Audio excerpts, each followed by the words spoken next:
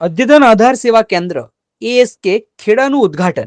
આધાર સંબંધિત સેવાઓ સુધી નાગરિકોની પહોંચને વધુ સરળ અને શ્રેષ્ઠ બનાવવાના હેતુથી કાર્યરત થનારા અદ્યતન આધાર સેવા કેન્દ્ર ખેડાના ઉદ્ઘાટન સમારોહમાં જાહેર સેવા માળખાને મજબૂત કરવાના સહિયારા પ્રયાસોને પ્રદર્શિત કરતા આ પ્રસંગે સ્થાનિક અને રાષ્ટ્રીય આગેવાનોએ પોતાની પ્રેરણાદાયી ઉપસ્થિતિ નોંધાવી હતી, જેમાં દેવસિંહ ચૌહાણ માનનીય સંસદ સભ્ય, સંજયસિંહ મહિડા માનનીય ધારાસભ્ય મૌધા અને પંચાયત મંત્રી, પંકજભાઈ દેસાઈ માનનીય ધારાસભ્ય નડિયાદ, મનીષભાઈ પટેલ માનનીય મેયર નડિયાદ નગરપાલિકા ખેડા, હિતેશકુમાર ગુલાબસિંહ તડવી જિલ્લા પંચાયત પ્રમુખ ખેડા, JB દેસાઈ નિવાસી અધિક કલેક્ટર ખેડા, JK મલાણી IAS જિલ્લા વિકાસ અધિકારી DDO ખેડા.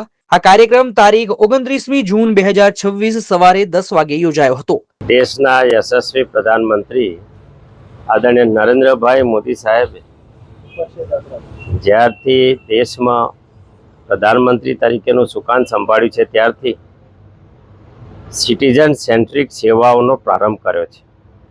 અને આ સિટીઝન સેન્ટ્રિક સેવાઓ ટેકનોલોજીના માધ્યમથી સરળતાથી નાગરિકોને ઉપલબ્ધ થાય, સરળતાથી નાગરિકોને મળે એટલું જ નહીં પણ એક પ્રકારની પારદર્શી વ્યવસ્થા તૈયાર થાય અને રિયલ ટાઈમમાં નાગરિકોને સેવા મળે એ હેતુથી હંમેશા પોતાના પ્રશાસનમાં એમણે ટેકનોલોજીનો આગ્રહ કર્યો છે. આપણે જાણીએ છીએ કે ભારત એક વિશાળ દેશ છે અને આ વિશાળ દેશના તમામ નાગરિકોને ટેકનોલોજીના માધ્યમથી જ્યારે સેવાઓ આપવી હોય ત્યારે આ નાગરિકોને એક પ્રકારની ઓળખ આપીને આઈડેન્ટિફિકેશન દ્વારા 12 ફિગરનો આંકડો એક નક્કી કરીને દરેક નાગરિકને આજે ભારતના સંપૂર્ણતઃ લગભગ તમામ નાગરિકોને આધાર કાર્ડની સુવિધા આપી છે. આ આધાર કાર્ડ દ્વારા નાગરિકો પોતાની લોકભોગ્ય સેવાઓ માટે જેમનો અધિકાર છે, ચાહે એ આરોગ્યની સેવાઓ હોય, શિક્ષણની સેવાઓ હોય કે ડિજિટલ પ્લેટફોર્મ પર આજે સમગ્ર ભારત વર્ષમાં અને દુનિયામાં ડાયરેક્ટ બેનિફિટ દ્વારા સૌથી વધારે લાભ આપનાર અથવા તો UPI દ્વારા ડિજિટાઇઝેશનના દ્વારા જે ડિજિટલી ટ્રાન્ઝેક્શન થાય છે એમાં ભારત આજે વિશ્વમાં મોખરે બન્યું છે. એનું કારણ આવી ટેકનોલોજીની સેવાઓ જન સુધી પહોંચી છે. આજે ખેડા જિલ્લામાં અને નડિયાદ મહાનગરપાલિકામાં અમારે ત્યાં આવી આધાર અપડેશનની સુવિધાનો પ્રારંભ થયો છે ત્યારે સૌ નાગરિકોને હું આગ્રહ કરું છું કે આપ આ સેવાઓનો લાભ લો. આજે મહાનગરપાલિકાના મેયર, UADIના અધિકારી શ્રી રાજેશ ગુપ્તા સૌની હાજરીમાં આ સેવાનો પ્રારંભ થયો છે. વિશેષ કરીને આપણે જે બાલ આધાર આપીએ છીએ, બાળક જ્યારે નાનું હોય ત્યારે એની ફિંગરપ્રિન્ટ અલગ હોય અને જેમ ઉંમર થતામાં ફેરફાર આવે ત્યારે 5 થી 15 વર્ષના બાળકોને ફ્રી આધાર કાર્ડ અપડેશન આપવાની મેન્ડેટરી, ખાસ કરીને કહેવાય કે એક આગ્રહ પર મારો પણ આગ્રહ છે કે તમામ બાળકો જે 15 વર્ષના છે એ પોતાનું આધાર કાર્ડ અપડેટ કરાવે. વાલીઓને પણ વિનંતી છે. વિશેષ કરીને જ્યારે કલેક્ટર અને DDO કચેરીની સામે જ આવું સેન્ટર તૈયાર થયું છે ત્યારે હું એવું માનું છું કે જિલ્લાના આ કેન્દ્રમાં આ સેવાનું કેન્દ્ર, આધાર અપડેશનનું કેન્દ્ર ખૂબ મોટી સેવાઓ કરશે.